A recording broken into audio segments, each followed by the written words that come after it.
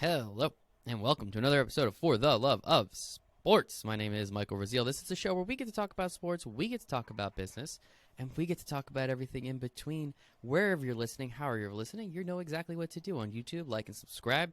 On Spotify, give me a nice 5-star review. And on Apple, make sure to say something nice about me there as well. But more importantly, today, my incredible guest, I have Wylie McGraw. He's the founder of Radical Performance Acceleration. He's a former baseball player, competitive bull rider. He's a 3-tour combat veteran. He's also the host of the Wise Words and Whiskey with Wylie McGraw podcast. Wylie, why did I say Willie? Do people do that a lot? Yeah, my whole life. It happens, Bubba. That's cool. All right. Wise Words and Whiskey with Wylie McGraw. Sounds a lot better. Wylie, how you doing today, man? I'm doing fantastic, Michael. Thanks for having me on, brother. Appreciate it. Pleasure is all mine. I kind of want to almost start a counter of how many times I call you Willie by mistake, but we'll let the audience members do that. I don't do it on purpose, so I don't really feel that bad about it. No worries. Wylie, we're going to talk about a lot of really cool things, what you do, how you help people, the things that you've learned in your past through obviously being a combat veteran as well as a professional athlete. But the first question I have for everybody on the For the Love of Sports podcast is, why do you love sports so much? The competition, the containment that forces you to improve yourself on a constant basis, never-ending quest for optimizing a mindset, focus, and discipline. Those are the key elements that I very much love about sports in general, is the teamwork, the ability to push your limits, having people that challenge you and stretch you and keep you performing at the top of your game, on the tip of your toes. To me, that's the way in which that I found to be the best at what I was doing when I was an athlete, and I think that's why I love it so much. Why do some people have that and some people don't? Like, do you think there's like a spectrum of it? Like, you know what I mean? Do you think everyone innately has like a baseline, and then some people just have more? Like, where does that come from in a lot of people, you think? Well, you said a great word to start, and most people don't even talk about that, is everything is on a spectrum. Life is not a black and white, you're either here or you're here. There's so many different areas on that spectrum of gray that we need to explore for ourselves rather than trying to copy and mimic somebody else's capacity or their level of performance or abilities. So I think human beings have their own innate nature where they can capitalize or maximize on their potential, but I don't feel everybody is operating at the same capacity or the same level, which is what separates the different types of people we have in our society. So some people just are built a certain way and they accentuate that through the challenges of life, and other people need to develop those skills along the way, which is why sometimes it seems some are going faster than the others. Yeah, I think Jeff Bezos read his book. Elon Musk read his book, right? Like they always just seem like they had something. Maybe I don't know what it is. Maybe you know what it is. But they always had something, and that always set them apart, whether it was work ethic or dedication or drive. So it's really interesting talking to people like yourself, Willie. Oh, there it is. There's another one, Wylie. Because I think that you have a better understanding of where more people are coming from this, right? Like, explain to the audience, if you don't mind, a little bit about what you do before we I want to go back to your sports career and understand that a little bit. But right now, what exactly do you do? How do you help people? Well, the founder of Radical Performance Acceleration is a very specialized custom business built around my gift and my skill set of being able to see and expose the real driving factors and the blind spots behind people's performance, like Jeff Bezos and Elon Musk. Everyone sees them as they're just built differently. They're motivated. They're driven. And I can see even deeper into what actually drives them and motivates them. And it's not necessarily always good. It sometimes often comes from dysfunction and stress and things like that. These leaders build their empires on the back of that. So my work is not about helping anybody. I come into the lives and unfuck the lives of very powerful people. I'm considered a demon slayer, or better yet, a performance accelerator, as my clients call me. I've worked with people from Wall Street to Hollywood, professional sports, personal development, behind the scenes for the last 14 years as a very exclusive elite resource that integrates into the lives of each individual that I work with holistically, where I live with them, travel with them. I'm in it with them 24/7 for an undetermined amount of time until I truly get them to the top of their game so they can stay there, live from a place of peace, satisfaction, and freedom with the successes they've worked so hard to achieve. So that's a long story short of what it is that I do. But I've taken my life experiences to fully understand who I am and why I'm able to do what I do so well. Yes, very excited to ask about those life experiences. Very excited just to ask a little bit more about what you're doing. So we'll go to life experiences first. So maybe we can kind of Quentin Tarantino this shit a little bit, go back and forth with this story. So let's go back. Like, where do you want to start? Do you want to start at baseball when you were 15, or you tell me? Where does this story begin, man? I started swinging a bat and throwing a ball at 3. I mean, it was just growing up in a household of competitive athletes. My dad being a semi-pro ball player, which I've talked about time and time again, in the 70s, of course, there was no money back then. So, of course, that wasn't like the path he wanted to go, but he had an arm. And I grew up around people like Bo Jackson and Rod Carew and Dennis Eckersley, Jim Abbott. I met Mickey Mantle when I was 9 years old because of my father's connection. So I learned quickly what it's like to be in that kind of high-performing environment with these types of people. But my dad put me on the mound when I was 5 years old. T-ball right out of the gate, and that's where I stayed for the next 13 years playing baseball. And it just became this push of focusing only on being the best pitcher I can possibly be, no matter what. I didn't get to enjoy certain activities as a young kid getting into school and high school. I had to sacrifice so many different variables because of the coaching and the discipline and things like that. But eventually got to the point where the competition wasn't just for the love of the game anymore, for the love of sports like your show's all about. It came down to me recognizing how the dynamics of stress and the unresolved, the demons of people do infiltrate and influence somebody's ability to be the best when they're in these environments, which is what fractured my mindset and forced me to go seek out something of my own, which is where that wild world of bull riding kind of came alive into me. Yeah. Yes, very excited to ask about that. I don't think we've had a competitive bull rider. I had a competitive bowler on a couple weeks ago. That was interesting. Don't think I've had a competitive bull rider on yet. So very grateful for you coming on here to talk a little bit of that. So I guess on the baseball side of things, right, as you said, you were able to meet many of these incredible athletes through your father's connections, right? Not everybody on planet Earth has that opportunity. I would say very few people on planet Earth have that type of opportunity. How do you think seeing those people and meeting them and being around Bo Jackson is a different human being, right? Like there's no question about it. No. Like this dude is the greatest athlete of all time. I don't care what anyone says, what he's done, how he's done it. If he didn't get hurt, he would have broken every record probably under the books. What is it like as a young kid being able to see that? How did that start to impact you? Even, at 9, I wasn't thinking about mental toughness and awareness, right? But how did you see some of those things start to shape who you were when you have this opportunity to meet these incredible athletes, these incredible people, and not really, almost more subconsciously, how do you think that affected you? Well, even the fact that I got to look back and recognize more so after I grew in my own capacity, as a young man, I felt very honored and privileged, but it was almost second nature to be around them. So I didn't see these people as the starstruck kid. I just saw it as, hey, these are the guys that are just around. These are the pros that I respect and want to, be around, be like, and I'm grateful for the fact that I get the opportunity to be trained by some of them. I remember walking by Bo when he was leaving, my dad's office at one point where he was working, and I thought, I have all his baseball cards from his football cards and how he operates, and I thought that guy is phenomenal, and I respect his focus and his determination and discipline, and I want to make sure that I'm performing at that same level because I can see what success means for him, and I know that as long as I operate the same way in my own capacity, that I will be able to appreciate and enjoy this longevity of a baseball career that I thought I was going to enjoy for my life. But it just, as I look back, I kind of go, wow, wait a minute. The reason why I didn't get starstruck or lose my mind over this is because I was playing with the pressures of my dad expecting me to show up a certain way so that I did look good in front of these pros that were around me, educating me, mentoring me, teaching me. I was no longer playing because I really loved baseball and only baseball. And it became this conscious awareness at a young age to go, something's off here. I don't know what it is, but I need to explore the limits of what my dad wants and versus what I want, and I'm willing to face the consequences of doing that, which is what broke me away and allowed me to see the truth about what was really plaguing me as an athlete. And what was it? It was external stresses, pressures of being perfect, and this relentless need for me to show up the way that they wanted me to, rather than allowing me to unfold and discover who it is that I am as an athlete. So to me, that fractured my ability to stay committed to that game. And you're 18, 19 when this is happening?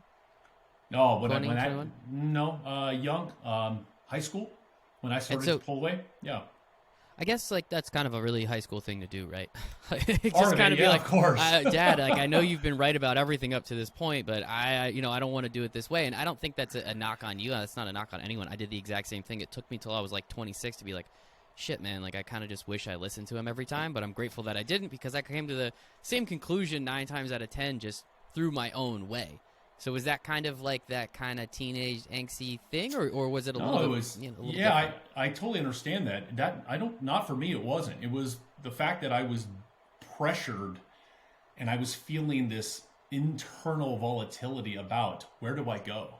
I want to be able to do what's right for myself, but I want to appease my father, but this is not working for me. And at the end of the day, I started to naturally, I would say unconsciously, rebel against that authority and push back against, if I didn't throw a 10 strikeout, 12 strikeout game, I got in trouble. It was like I'm failing my father rather than, okay, here's where you could improve, here's where we need to get better, and here's where you did well. I didn't get the balance of that. And I started to see that really clearly as I got older. And I thought, I don't want to deal with this shit anymore. I don't want the stress, and I want to find something that turns me on and excites me that I chose because my dad put me into the sport. I didn't get the luxury of coming into the world and going, where do I want to go find myself? So I had to learn how to confront difficult realities from a parent in their perspective, thinking they're doing what's right for me, and actually argue it and push against it, because that's where I found my true calling, who I was supposed to be. And then I took that next step and jumped into that bull riding world. How difficult is that to do? Your dad seems, from the small amount of time, the last 10 minutes that I've learned a little bit about him, I feel like that wasn't a, like, you know what, son, this is your life, you go live it. No. I assume it wasn't that easy. No, it wasn't. And it didn't happen, hey, this is the conversation, fight done. It was an ongoing progress where I felt very uncomfortable day in and day out, but I still chose to go against the grain and go ride bulls. I started riding bulls when I was 16 years old. I got very turned on by the environment of the fear of the unknown and learning more about myself intuitively and being in this crazy world where anything can happen. You can get killed, you can get injured, and I didn't care. I found myself meeting a version of Wylie that I've been dying to meet as a baseball player that wasn't there. So the more that I decided to break away from that, the more, I would say, the eruption, if you will, from the family dynamic started to present itself. And despite the fact that I was very uncomfortable, I was very, very stressed out about it, I did it anyway. And I recognized the freedom that started to come because of those decisions to face that fear and do it anyway. Yeah. That is incredible. 16 years old. I feel like most parents wouldn't want their kid riding a bull ever just because of the dangers of it. Like the fact that you go against, I might get a little dramatic here, go against the family wish of not playing baseball to go do a sport that is obviously extremely dangerous. Right. I could, if I had a kid, I would probably be like, please don't do that. Like, what are you doing? Pick literally anything else. Go skydiving. That's probably safer. Like, what do we do? I do jump out of airplanes. Actually, it's kind of my thing. But, it's like my mother was more the country side of things and supported a little bit more of that when she found out I was doing it. My father was the baseball player. My dad was the athlete. I do this way. I need you to be a pro. This is your path. This is your destiny. And again, I'm sharing it for your audience to recognize that when you have unresolved, this is part of the nature of my philosophy, my work, unresolved stress in dynamics that don't allow you to be as optimal as you can be, it will hinder your performance. It will limit your capacity. It will stifle your potential. And you're going to always feel just slightly on the back end of the chase and trying to achieve that peak level of performance rather than learning how to master it for who you are and just living from that place on a daily basis. And to me, at a young age, that's where bull riding turned me on to it. And then I got excited about the opportunity to go further. And then the military came along and I jumped into that environment and started to challenge myself that way as well. That is incredible. How can people find that out about themselves? How can they find out if they have those types of dynamics that are just, what was the word? I want to make sure I'm using your words. You're talking about the demons that plague people, the unresolved stresses. Yeah, unresolved stresses. Unfortunately, exactly. Unfortunately, most people do. They're just not aware of it. They chalk it up to, that's just their personality. Oh, that's just my family. That's just the people I know. Who am I to tell them anything, otherwise? I can't really, my perspective, their perspective. And we have this weird lack of people's ability to truly confront one another and actually battle through those very things that are, in fact, limiting relationship dynamics and hindering people's freedom and satisfaction, keeping everyone from a place of achieving peace internally. And we just start to chalk it up as I heard the other day from, I think my HOA president was just like, hey, you know what? People just use the excuse of, well, I'm just human. And then what? That's it? That's your excuse? That's as far as we go. And this is the problem. Most people have it.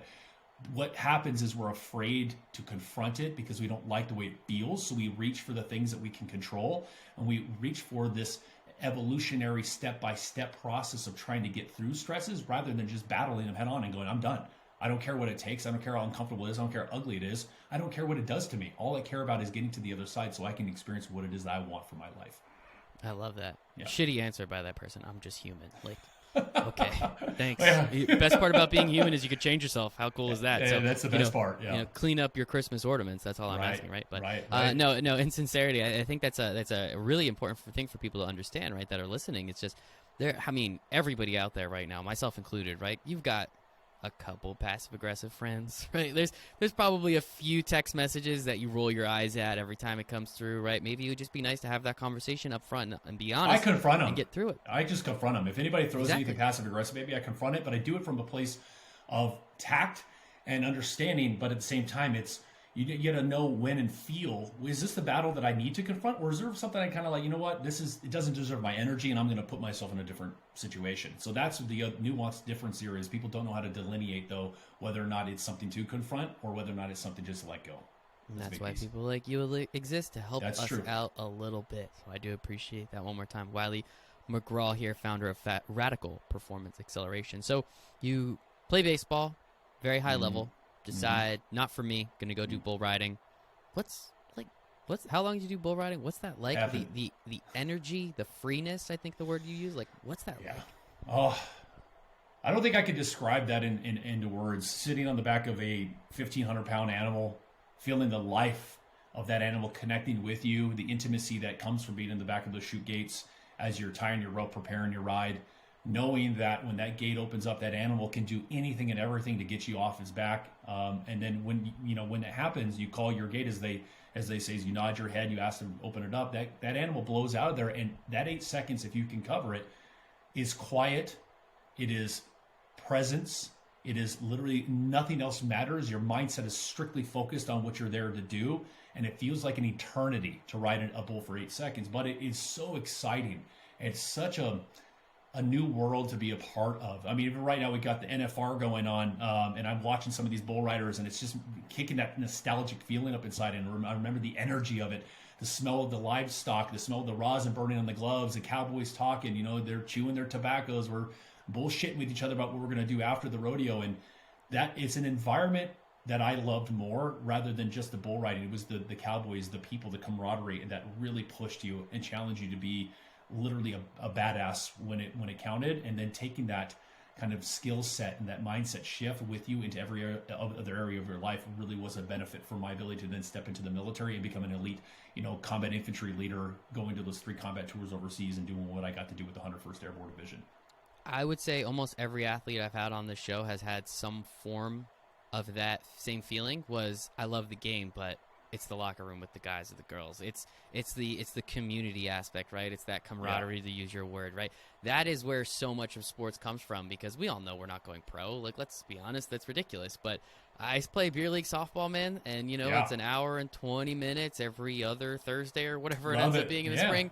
And it's just so much fun to be out there with the boys, right? Hang out with the girls, just like BSing on the bench, making fun, having doing something else. Like, hey, great play, that was awesome. You'll get them next time, not a big deal, right? There's just something about that every athlete loves inherently, and I don't know, you don't really get that anywhere else, because you're all working towards the same goal, right? You're all trying to do the same thing, and as you said, you were able to take a lot of these lessons and put them into your military experience as well. 3-tour combat veteran. Appreciate your service again for that. Absolutely.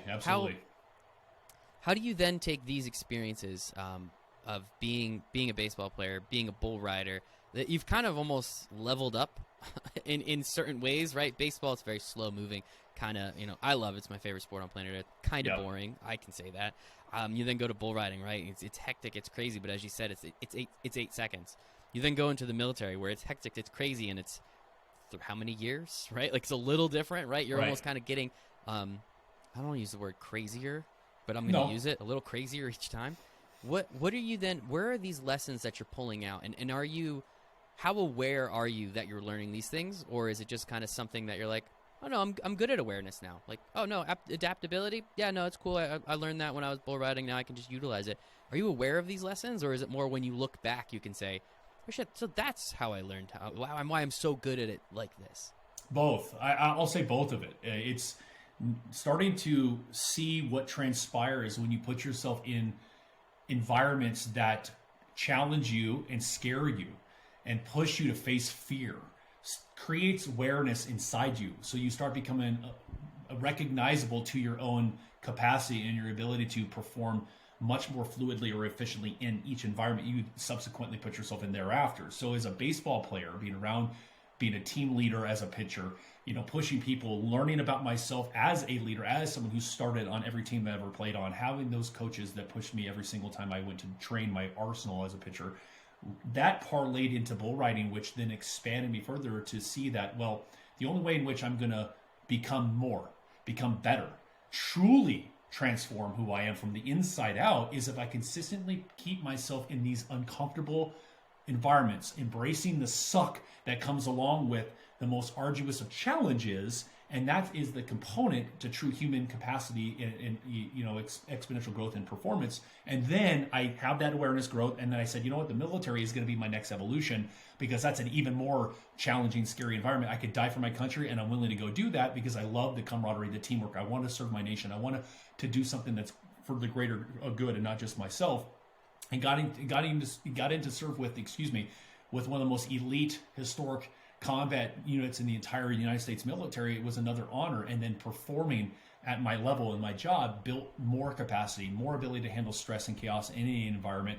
Then I just continue to grow. And that's the thing, is you're never going to truly know that unless you are in environments that you can't control, that scare you and push you to face why you might be resisting the challenge, someone telling you to step up or do something you typically won't do, and ability to discern, what is it that's here? Is it really a threat, or is this actually someone who's meant to push me over the edge and make me step up and be more than I'm supposed to be, rather than just getting stuck to where I'm at and thinking like, why am I not getting anywhere? So that to me is what it's both. I learned it as I went through the path, and then I look back and go, yep, those life experiences were not what made me. They were just what introduced me to who I really was and how I was born into this world. And that's why I'm able to be so effective, and why leaders call me to optimize their lives, is because of those holistic approaches to my own ability to get to a place of peace and satisfaction and acceleration. And that's why I talk about it to this day. Yeah, and I think it's really important, right? Like for you to be able to be aware of that, right? I think awareness is a superpower. It's something that I've been working on for the last, let's call it 6-7 years now, and I think I'm pretty damn starting. I'm much better than everybody else. Let's just say that I'm aware that I'm better than everybody else at this. Many other people, at least. Good. And I think it's just one of those things where it's like it was such a. I remember when it clicked for me, like the actual like, what the hell is awareness? And like probably like, I never was great at explaining it to people. But it's like there's a great quote. I don't need to go into it, but I know what it is when I see it, right? And I know what it is when I feel it. And I've been working on it, and I can tell other people you should do it. They might not do it. I guess to you, Wylie, what is awareness, and how are you able to harness the superpower? Well, that's a great. I'm glad you were going to ask that. I was hoping you were going to, and I give you the answer anyway. Awareness is actually this space in which your thoughts exist that becomes aware of itself. Meaning, when you expand your ability to have a thought, and rather than letting that thought immediately translate into words or action, you have the presence of mind to take a step back and understand, what is the thought? Where is it coming from? Is it necessary for me to act on it or speak on it? Or is it just there to point me towards something I might need to pay attention in my life? In our society right now, if you notice what's going on Twitter and all across every social media platform, nobody is giving themselves enough space to argue with decorum, decency, or even couth. It's just this reaction, because there is literally no awareness, no space inside people anymore. It's just stimuli, response, and this is where we're failing as a society. So awareness to me is all about working that mindset, working emotional stability at the same time, instead of just focusing on the mindset, and giving yourself permission to, every time you have thoughts, to go, give me a moment to sit back with that and let it stretch, to see, how do I best utilize this in my environment, with what it is that I'm doing, with my relationships, and what it is I want to accomplish, and seeing how that then can serve you for uplifting you, rather than it just being something you have to say because you're thinking it. That's the deal. I think that's an absolutely fantastic answer, so I do appreciate it. And Sure. When you explain it like that, if I was as good as words as you, I would have said the same thing. That sentence is good enough. And I think it's really important, right? Like, because I would almost even add on to that in a sense and say, if you're being aware to not utilize that information, right? Like the way that I became aware was by noticing negative thoughts. Once I noticed negative thoughts, I was able to then divert them, turn them off, completely realize like, wait, nope, turn this negative thought into a positive thought. And now, do I still have negative thoughts? Of course, everybody does. That's literally how the world works. But if I'm able to take those negative thoughts and immediately say, nope, switch it. And I'm able to then flip that to a positive in some way, shape, or form. And I think that's been what has helped me the most in just like life, right? Like negativity is, I think, the worst thing in the world. I am a 100% positive all the time that I can. It's a great day to be alive. Anyone asks me how I'm doing, my answer is, it's a great day to be alive. You know what? Because it is. I love it. I woke up this morning. I drank coffee. I got to hang out with my wife. I enjoy my job. Like, that's the easiest way to have a positive mindset, is just to remind yourself of all these awesome things. I brush my teeth. Some people don't like doing that. What? Like, have you ever woken up with that grime in your mouth? Like, dude, just go brush your teeth. It's awesome. Look at the first world problem, we call it, right? We have the luxury of having a home to live in. Some people don't. You have running water to brush your teeth. Some people don't. These little elements of appreciating what I call success, to me, that you woke up, like you just said, I got to have a cup of coffee. That's success to me. It's a good cup of coffee. Exactly. So when you can value the things that you do have going for you from that place of awareness and realizing I am successful because I'm upright, I'm breathing, I have things that are good for me, my life is going well, I have an opportunity to then go out and do more good in the world. It's you don't get caught up in this idea that I'm only going to feel this way when or if. You take that away, those negative thoughts, as you call them. And then your emotional capacity grows alongside that, and then you start to recognize, here's another piece for your audience, is that there are no such thing as negative or positive emotions. We just have emotions. It's how we relate to them and how we use them that determines whether they're negative or positive. See, that's another thing. It's like, well, anger is wrong, as you hear that all the time. No, it's not. It's how you use anger. Rage is not wrong. Depression actually is an emotion, but we get caught up in our emotional instability and we sit in it, we don't get out of it, and then it becomes a disease. It becomes an issue that people have to fight and battle for the rest of their lives. So getting you to the place of awareness here, internally, energetically, right? Appreciating that satisfaction of, I get to get up today in my house with my wife and my dog, go for a hike in the Red Rocks of where I'm at right now, and enjoy my good cup of coffee and go out in the world and kick some ass and take care of these powerful people because I want them to make an uplifted, positive, change in the world rather than this dysfunctional, asymmetrical, growth that we're seeing right now. To me, that's success, and that's why I'm grateful for that as well. And I appreciate the point you made about social media. I think Twitter is the worst place on planet Earth. So I'm 100% on board with you there, man. Like, that is, oh my goodness. It is the worst place on planet Earth. Do I still use it? Yeah, mostly to just get like sports news. Like, right, the Mets signed Justin Verlander today. So anyone who can figure out math, what day we're recording on. That was pretty cool. So yeah, I hopped on Twitter to see what was going on, right? But then I immediately, once you can't read the comments. See, that's what you got to do when you're on Twitter. Never, ever click and read the comments. Sometimes I do it to laugh because there's some, people are just like lobbing grenades, right? And you're just like, I can't wait to see how stupid people are going to be about this. So you get in there and then, then I'm like, I kind of should just get out of here. But I hate Twitter. I love it for some reasons, hate it for most reasons. But I thought the way you put it was absolutely fantastic. There's no awareness there. It is stimuli response, call response. Someone says something, you immediately think you have to respond. And I've done that. And then I've not sent it. I mean, like, why the hell am I, like, this is stupid, and immediately just erase it. And that was it. And then I left. And you know what happens when you shut the computer? It's not there anymore. So you're gone. It's kind of nice. Now, if children understood that, right? If kids that are on social media for 18 hours a day understood that, it would probably be helpful. But unfortunately, they're not old enough to really get that. Or most people aren't old enough to get that. Well, Michael, it goes back to leadership. Everything starts and stops with our leaders, our influencers, our parents. And what's happening is nobody is willing to do what's right. It's now about who's right.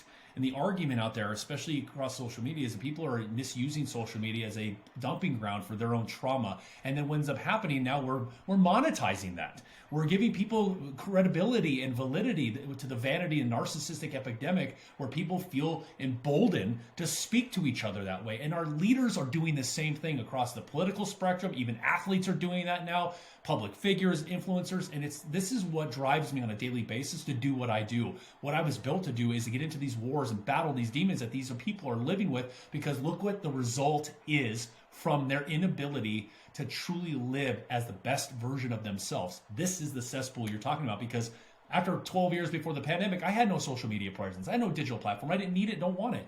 But of course, given the times, I was asked my team to put something together. Now I'm playing around in that world and I'm seeing the truth. I'm like, oh my goodness, this is insane what's happening here. But it all starts and stops with leadership, period, full stop.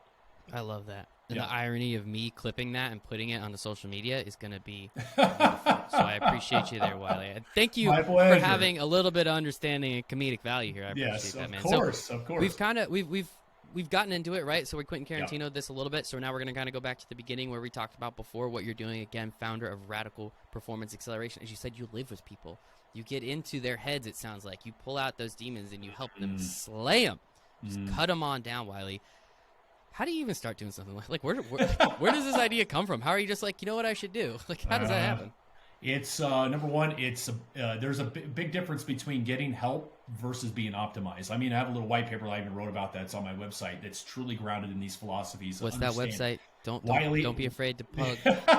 WylieMcGraw.com, WYLIEMCGRAW.com. Now, it's there for people to learn insights and philosophies that can really challenge them and allow them to get these tips and tricks for themselves to really push the needle. But at the end of the day, it was not something that I decided I should go out and do this. It was discovering more about myself when I got out of the military. I wanted to get to that place where I saw how combat stress, familial stress, environmental stress affected my ability to be satisfied. And I had this internal fire that was like, dude, I do not want to live and build something stressed out in chaos. So what I need to do is I need to face my own demons first, and I need to get to a place where people outside of me can challenge me and contain me properly to battle through them in the right way. And that's what I did first. And then when I met my business partner 15 plus years ago, she was like, look, you are built this way. I can see your power. I know who you are. You're meant to go out and do this work in the world. These people need you. So we built that business around that gift and then innate ability that I have basically been doing my entire life since I was a kid. Everybody's erupting around me. I can't turn it off. It's my essence. Their deep, darkest secrets come out. They feel things rattle within them when I'm in their presence, which is why, to your question, I integrate into the lives of these powerful people. I only work with 2 to 3, maybe 4. That's even pushing it per year. It's very intimate. It's very dynamic. I have a network of 40 plus specialists that work in tandem with me that I've curated over the years to holistically surround the life of that person, no stone left unturned, to truly accelerate them to the top of their game and get rid of those demons by battling in the trenches with them as I'm integrated as their battle. I'm like Constantine come to life, where I go in and do this work. And that's the nature of why the privacy that I herald for the clients I work with, they love that because they know nobody's going to know what we're doing. And that's why they trust me and they call me, because they've done everything else to get to this point and still feel unsatisfied, in pain, a little suffering at home at night. They don't know what to do with themselves. And when they get introduced to me, they can tell this is finally the place that I know that I'm going to get pushed far beyond where I wanted to go and experience that peace, that satisfaction, that happiness that I've been longing for, so that my relationships thrive. My health is optimal. My focus is clear. My ability to make more money, have a bigger impact is just exponential. And that's the beautiful part about the nature of my work. Absolutely beautiful, Yeah. man. Sounds like you're doing some great stuff, right? Yeah. Where you're affecting 1, 2, 3, 4, who can then go and affect many, many, many, which is always right. Like, that's what we're trying to do. I want to affect one person with every single one of these episodes. To hopefully they go affect 10 people. Because then if you're my 330th episode, that means I've potentially affected 3,000, however many people, just 2 degrees, right? Then you go out another degree and another degree, right? That's my whole goal with this. Well, that's the thing is I have clients in the past that have millions of followers. And when they are living their best life, that those two versions, the one that's behind the scenes and the one that's in the public eye, actually marry and are one. There's no longer this, I look good in public, but I'm suffering with cancer behind the scene and my relationships are miserable. I don't know what to do about it. I marry those two, and then people can feel the difference. They can see what their influencer, their guru, their favorite coach is actually changing and experiencing, and that makes them want to do more. And then that ripple effect is profound. But my job is to affect the lives of leaders so they can go out and affect the lives of the masses. And I think one thing about sports today, which has been different than many years in the past, right? Because of followers and Instagram and people being able to see and understand, right? Before it was, you're an athlete, you're going to be an athlete outside of Michael Jordan, right? Like outside of the biggest stars, these athletes didn't really have too big of a platform, right? They would be shut down very quickly. There's a lot of things, yada. Now you can be live 24 hours a day if you would like, for people to see exactly what you're up to, curated of course, but exactly what you're up to and how you're doing it. So athletes are being looked at more as leaders today, right? Like I don't care how you feel about LeBron James. He does things. He's affecting change in multiple different ways, some for the good, some for the bad. I'm not here to comment on that, but he's affecting change. That essentially makes him a leader. Many of these athletes, Kobe Bryant, right, did some stuff in the past, but he also has been, credited with changing people's lives over and over and over again because of the way he worked and his quote-unquote Mamba mentality and what he's done for women's sports, right? So when you work with athletes, what is it? I mean, you probably have a little bit still left inside you, right? Wylie? Always. Damn, I almost did it again. How are you connecting with athletes maybe a little differently than some major politician or some CEO of some Fortune 500 company that's just trying to make an extra dollar? How are you connecting with athletes, and how are you helping them change? That might be different than some of these other people. Number one, having the experience of being an athlete and being around these types of people my entire life gives that immediate connection to these people. It's like when I started doing this work, I was working with combat veterans dealing with PTSD, transitioning back. I was working with force recon guys, team guys, SF guys, buddies that I knew, and creating exponentially accelerated results that the VA started to take notice and say, hey, who's working with you? What are you doing? But when I got into these industries, it has nothing to do with what they do, their titles, or the money that they make. They're all human beings who are all dealing and battling their own demons. My approach to the work is very unique to each individual. I don't care who they are. I don't care what their background is. I don't care what their title. I don't care their reputation. I don't even care about how much money they have. What matters is their mindset, determination, and an ability to surrender so that we can get to the truth of what's really holding them back and plaguing them, causing their behavior to do these things out in public, like you just said. So with athletes specifically, there's no difference to the way in which I unfuck their lives. There's just that intimate connection knowing that I was an athlete, so I know how their world works. I can appreciate the teams of resources they have around them that support them, but they are missing that key element of someone who actually is integrating into their lives and can see where the real difficulties are lying that their therapist, that their massage therapist, that their trainer cannot see or will not see. And having that battle buddy like me in their corner by their side 24/7 with them is where we can really make serious changes for who they are, because I'm able to see life happening as it happens rather than being something, when you go, okay, I just had a big, huge blow up with my wife and I have to wait till Friday to go talk to my therapist. And by the time you get to your therapist's office, it's kind of dissipated a little bit. Your ego kind of kicks in and you don't really get vulnerable and tell your therapist everything that goes on right when it happened. Well, if I'm right there when it's happening in their life with them, right there is where we fight it. Right there is where we battle it. Right there is where we confront it. And that's where it actually resolves and is eradicated. So it just all comes back to the type of capacity someone has, no matter what their industry. Those are the people that I work with, and the athletes, the competitive people in the business world, they just have a relatability to me because I've been through these experiences just like them. So then I guess it's less about athletes; it's more of just what is it about these types of people that make them seek out you? You mean right? They're high level, right? Yeah. They're the top of their field. Is when we're especially CEOs of Fortune 500 companies, athletes, the greatest of the greatest in the world, right? They've been told this probably most of their lives. What is it about these people to just not be like, yeah, let me rest on my laurels? Yeah. I'm making millions of dollars. Who cares? Yeah, it's a relentless, like Kobe Bryant, relentless commitment to always be your absolute best and to be at the top of your game. These people chase constant improvement because they want to know what they're capable of further beyond where the limits that they've already reached. They go, you know what? Let's see where else I could go. But what ends up happening is most of the time they hire resources, celebrity coaches and things like that based on that notoriety factor. So there's a little bit of control still in there. When they meet me and they recognize, they feel something different with me, they go, okay, I can sense something different. I don't have to think it. I don't need you to tell me what we're going to do. All I know is you're the right thing. Someone introduced us together. I've been hanging out with you for the last few months. We've been getting to know each other, calibrating to this relationship, and then we've decided to do something. Every single time it's because they intuitively feel this is going to be where my life changes again. This is where I'm going to be challenged in a way I've never had. This is where I don't feel that I can control it, and I'm excited by that. That's the type of person that finds me. If those leaders out there listening go, I don't want to surrender control of this guy. I don't want to follow his leadership. I want to do whatever I want to do. You're not my person, and it's never going to get anywhere. We're not going to be able to create results for you that way. But if you're someone who can surrender that control and recognize that no matter what I tell you to do, no matter what I put you through, it's only going to be optimal for you, that's the type of person that finds me. That's their mindset, and that's why athletes, CEOs, celebrities, people like that are built to seek out some of the most radical environments, hence the work that I do for them. It's got to be so hard for someone like that to actually surrender control, right? Like, as you said before, like, we'll get some celebrity coach, but as you said, there's still kind of some control in there. Yes.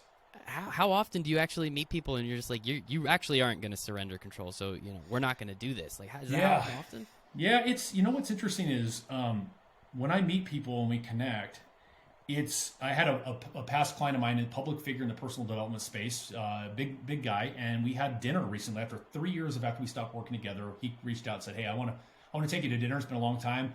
Let you know what's going on." So I met up with him and we had a dinner. And he goes, "I got to tell you, people like me know when we meet you, we need you. We can feel it. We can tell your capacity. We can tell your intensity. We know your focus, your determination. You are someone, when you show up in the room, everybody feels it. But the moment it gets real, that's when we feel our own fear come up." So what ends up happening is they put up their own defense mechanisms, because everybody does it, and they try to control the way that feels, which then causes us to prolong the calibration period together before we decide logistically, okay, you got to write the check, we got to jump in together, we're basically going to kick this thing off officially here. But I've found the ones that resist and push back and run away, it's because they don't like the way they feel about their own shit rattling up from within when they're in my presence, and they don't know how to let go of that, and that's okay. They go off and do it, but they still somewhat try to lean in and go, okay, what is he doing? And they stay connected here and there. But all of those people at the top, they're so used to controlling their resources, they've never had somebody come in and go, you don't get control anymore. And that's the only way you're going to grow and actually get where you want to go, is because you're surrendering that control. It doesn't mean you're not going to get to be your own autonomous self. It just means you're leaning into my leadership, you're leaning into my love and my care, and you're recognizing that I'm going to do everything in my power to make you experience the most elite version of yourself. And then I'm going to get out of your way, and you're going to go off and kick ass and change the world yourself. That's it. And I'm sure these are all the same people that say get comfortable being uncomfortable, right? Oh, yeah. I love the concept. Everybody talks about being uncomfortable, but very few know what it's like to actually be outside the real comfort zone. Outside of that, knowing what it feels like is completely different than talking a big game about you got to be outside your comfort zone, and then themselves being afraid to actually get outside their comfort zone. It's every day at the end of my shower, I turn it really cold. Yes. And I hate it. And that's why I do it. Thank you. That's Your audience should hear that. That's honestly, don't push yourself to go too far. Take that tip that even Michael just said right now is, I do the same thing. A little warm shower, and at the end, there's 2 minutes of ice cold water, and I sit and take deep breaths. Yeah. You're incredible. I don't go that long. But sit with it and enjoy it, and realize what it's doing for you mentally and emotionally. Realize what it's doing for you physically, and see these little momentary challenges as a way to start preparing you to take on a bigger risk next time, to take on a bigger challenge next time. And when you do that and you keep putting yourself in those environments, you'll find that consistency is key. And that's when you'll know, okay, being outside my comfort zone is actually kind of fun and it's actually comfortable. I don't like it sometimes, but I see so much good happening because of it. Let me stay in this, and let me see what I could do because I stayed in that. Exactly. Yeah. Shout out to my good friend and mentor, Rob Cressy. He told me to start doing that. I've been on and off with it, but recently been very good about it. And it's like he pretty much said, like, how do you practice courage? Like, you really can't. Like, you can't practice courage. Like, you have to be in a situation that needs you to be courageous, right? So you kind of have to be courageous to sit in your shower after that nice, especially in the winter. It sucks right now, right? It's so nice and warm, and you're in there and you're good and you're hanging out, you're dancing to your music, and then you're like, oh, damn it, I don't want to do this right now. All right, I'll do it. And then you're like, oh, one more second, just one more second, just one more second. And you sit there and you shiver, and then you finally turn it off and you feel incredible. But it sucks, man. I love it, and it sucks. You got to see, that's the thing, is if it sucks, it's like, Jocko Willink is one of the biggest guys that talks about, when it sucks, I like it. He's not lying. It's like, when it sucks, like it, because it's going to make you stronger. It's going to make you better. It's going to make you faster. And if you keep yourself enjoying the suck of it rather than sucking it up, man, it's so free and rewarding, which is why those little challenges lead to bigger challenges. Exactly. Embrace the suck. I think you said that earlier, and it's exactly like, do I like it exactly in that moment? No, but I know after I'm going to feel great. It's like a workout, right? It's like a really strong, my little Peloton behind me here. It's like one of those, when I look at it, it's like, I'm going to hate this one. So let's do it. And then at the end, it's going to feel so good, right? During, I'm not going to enjoy it. But as you said, embrace the understanding of what happens afterwards. Well, I wrote a blog about it too. Is like, your fitness attitude determines your level of performance. And it talks about the 3 different types of fitness attitudes where it comes to, do you quit at the onset of the burn? Do you push through it? Or do you get turned on by it? And those, all 3 different components, can tell you a lot about your mental capacity to perform. And when you give yourself that space to go, okay, I kind of get, as soon as it starts to burn, I kind of walk away from it. That's fine. But that next time, why don't you try to push through that little burn just a little bit and watch how much you grow just a fraction more. And then eventually you get to the point with me when I was a bodybuilder, I got turned on by the burn. I got turned on by beating myself up because I got big. I saw the muscle strength and growth. I felt very alive, the endorphin rush, the hormonal shifts is because I pushed through, but I also got turned on by it and challenged and was like, you know what, I don't care how much this hurts. I'm doing that extra rep today because watch what's going to happen when I grow. It's a beautiful thing to be a part of. I love it. This is good shit. Wylie, this has been absolutely fantastic. Wylie McGraw, one more time, founder of Radical Performance Acceleration, former baseball player, competitive bull rider, 3-tour combat veteran. I mean, actually, I guess if you have a podcast and you go on someone else's podcast and don't talk about your podcast, do you really have a podcast? So we have to ask you about yours, right? Wise Words and Whiskey, Wylie McGraw. You spell whiskey without an E. Let's start with that because that is a debate. Talk to me. Let's do it. Well, my family, half my family's from Glasgow, Scotland. So at the end of the day, when I studied, started learning about the love of whiskey, that's one of those things is having a family that are connoisseurs like my father. The Scottish spell the whiskey without the E, but the Irish and the Americans, we spell it with an E. So there's no wrong spelling there. It's just identifying that the Scots have to be different. They had to change it, and they took the E out, and they just spell it with the Y. So I figured, okay, my alignment with my love for single malt scotches, because that's kind of my go-to. I have a drink once a week. That's just kind of my limitation. It was marrying the love of whiskey into this low-key environment to talk about high-performance living, to bring out insights and wise words that otherwise aren't usually talked about on most podcasts. The guests come on, they don't know what I'm going to ask. I ask a very specific question based on my understanding of who they are, their background, what I think was going to be very stimulating for them and the audience. And then we go as we sip a really good quality whiskey together, and we share in the experience first before we have the conversation so the audience can learn about quality spirits too. It's like this beautiful double-sided benefit for everyone where they can kick back and go, I never knew about whiskey that way.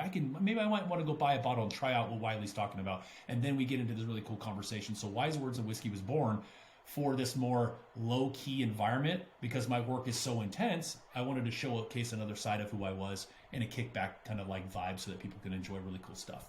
I like that. That's I like that concept, as you said, the juxtaposition of what you do and the way. I mean, you've been very high energy, very energetic, very passionate, right? The reason why I started talking and having podcasts was because one time I was sitting down and I just listened to someone talk about something they were passionate about. I hated the topic. Like, legitimately hated the topic, but I was so enthralled with the guy, the way he told his story, the way he looked at the problem and found the solution, and was just so passionate about the subject. I was like, that's awesome. I want to talk to more people like that. That's why I started this podcast. So here we are, 300 and however many episodes in. Good for you. That's great. Appreciate you being an awesome guest on this show, Wylie.